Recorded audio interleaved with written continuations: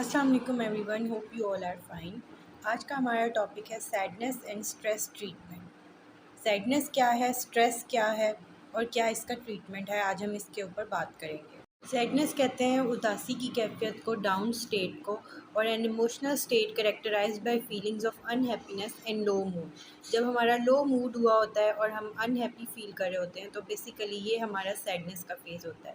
Sadness का दूसरा नाम ग्रीफ भी होता है। सैडनेस के अंदर ग्रीफ भी आता है। और रूट ऑफ सैडनेस क्या है? ग्रीफ। ग्रीफ का एक पूरा साइकिल है। ग्रीफ में स्टेजेस होती हैं, जिसमें आती है denial stage, anger stage, bargaining stage, depression stage and acceptance stage. जब कोई इंसान किसी को कुछ कहता है तो अगला बंदा अगर बहुत सेंसिटिव है या अगला बंदा सेंसिटिविटी को फील कर रहा है उसकी वजह से, तो this create sadness in the person.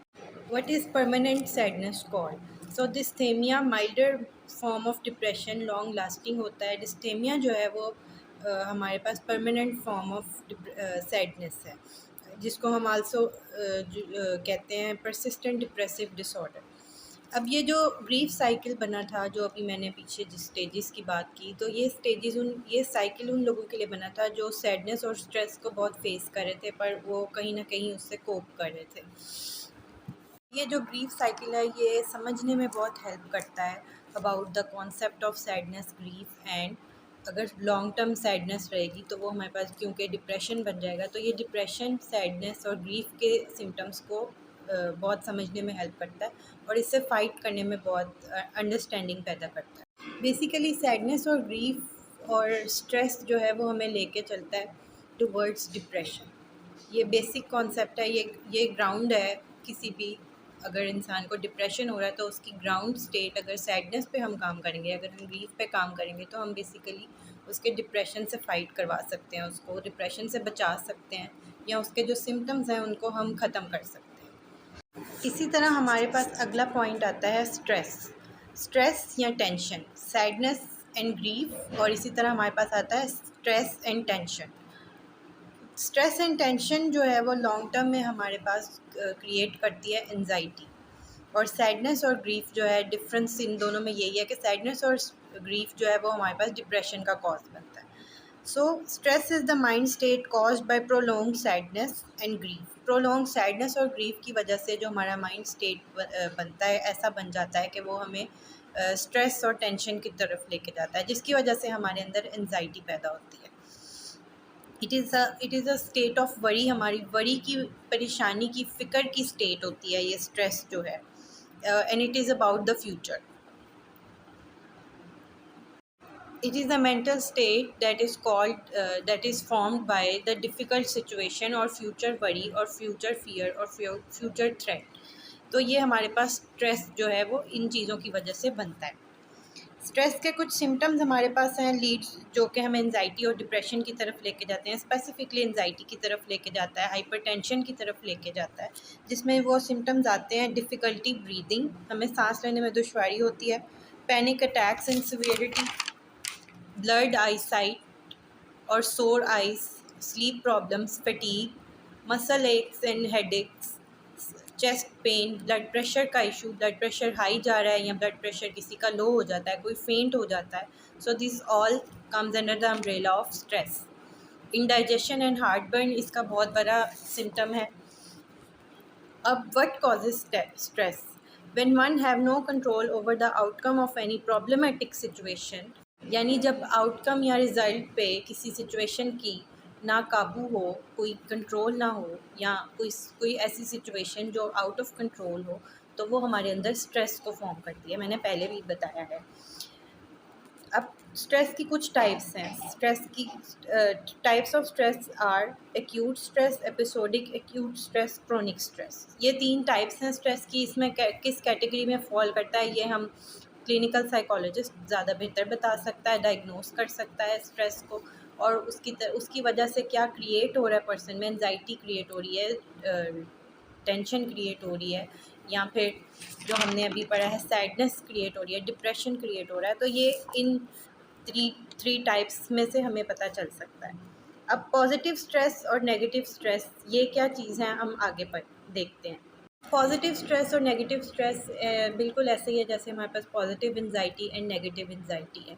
Positive anxiety क्या है? When we are, for example किसी स्टूडेंट की प्रेजेंटेशन है, तो वो अपने प्रेजेंटेशन के लिए प्रिपरेशन कर रहा है, प्रैक्टिस कर रहा है, गुड परफॉर्मेंस दे रहा है उसके बाद, और उसके अंदर जो एक्साइटमेंट और हैप्पीनेस क्रिएट हो रही है वो उसकी पॉजिटिव एंजाइटी है, पॉजिटिव स्ट्रेस है वो उसका। वो अपने पॉजिटिव स्ट्रेस को यूटिलाइज़ कर रहा है, अपनी एनर्जी को जो उसके अंदर क्रिएट हुई है वो पॉजिटिवली यूज़ कर रहा है और उसका पॉजिटिव रिजल्ट मिलेगा और वो अल्टीमेटली हैप्पी रहेगा। तो this is called the positive stress created in the body and positive anxiety. अब इसी के पैरेलल हमारे पास आती है negative stress and negative anxiety. Negative stress है जब आप काम नहीं कर पाते अपने, फॉर एग्जांपल किसी की प्रेजेंटेशन है बट उसकी कोई प्रिपरेशन नहीं है, उसकी लेस प्रैक्टिस है या उसकी एवरेज परफॉर्मेंस गई है, वो एक्साइटेड तो है पर उसकी परफॉर्मेंस या वो तो इससे उसके अंदर एंजाइटी क्रिएट होगी, that is negative, that is harmful, that is not good for the body and mind. उससे उसका मूड इश्यूज़ आ सकते हैं, उसमें सैडनेस आ सकती है अगर वो फेलियर को जो है वो फेस करेगा या एवरेज परफॉर्मेंस देगा। तो this is called the negative anxiety. Negative anxiety takes away the peace of the mind.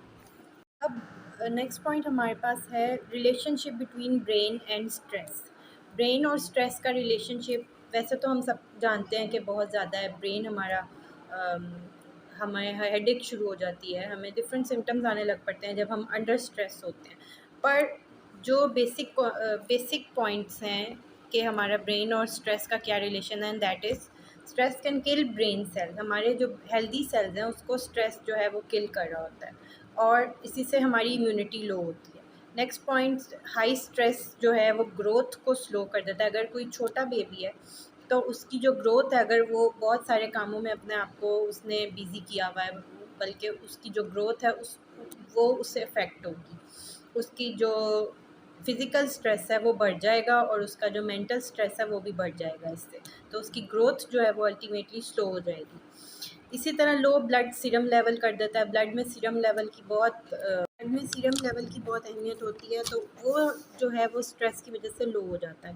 High cortisol और एड्रेनलिन हार्मोन हो जाता है। हाई होने से जो हमारे अंदर एंजाइटी है वो क्रिएट हो जाती है, जो कि बेसिक कॉन्सेप्ट उसका स्ट्रेस होता है। जब हमारे अंदर ये दोनों हार्मोन्स कोर्टिसोल और एड्रेनलिन हाई हो जाए तो हमारे अंदर एंजाइटी क्रिएट होती है, स्ट्रेस क्रिएट होता है, डिप्रेशन क्रिएट होता है। शुगर भी हाई हो जाती है स्ट्रेस में रहने वाले लोगों की। तो ये कुछ कॉन्सेप्ट था the relation between brain and stress. Stress का जो अलार्मिंग रिएक्शन है that is fight and flight mode. आप फाइट एंड फ्लाइट रिस्पॉन्स जो है वो that is called the alarming reaction of the stress. जब ये एक्टिवेट हो जाएगा तो आपका जो स्ट्रेस है उसका रिस्पॉन्स स्टार्ट हो जाता है। हमारे पास अगर लॉन्ग टर्म स्ट्रेस है तो उसकी वजह से क्या कॉज हो सकता है, आगे हम इस चीज़ को देखते हैं।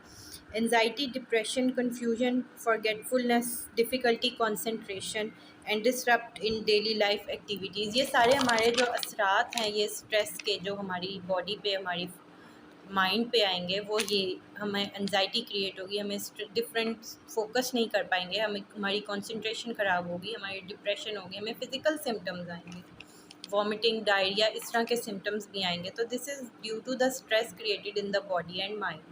This all was the key concept and key points of stress, anxiety, depression, and sadness. Sadness is very important point to discuss in क्योंकि सैडनेस और स्ट्रेस की वजह से एनजाइटी और डिप्रेशन कॉज होता है। तो अगर हम सैडनेस और स्ट्रेस पे काम कर लेंगे, सैडनेस और स्ट्रेस का ट्रीटमेंट प्लान बना लेंगे, तो हमारा डिप्रेशन और एनजाइटी जो है वो क्योर होने में बहुत हेल्प आउट करेगा। Thank you very much.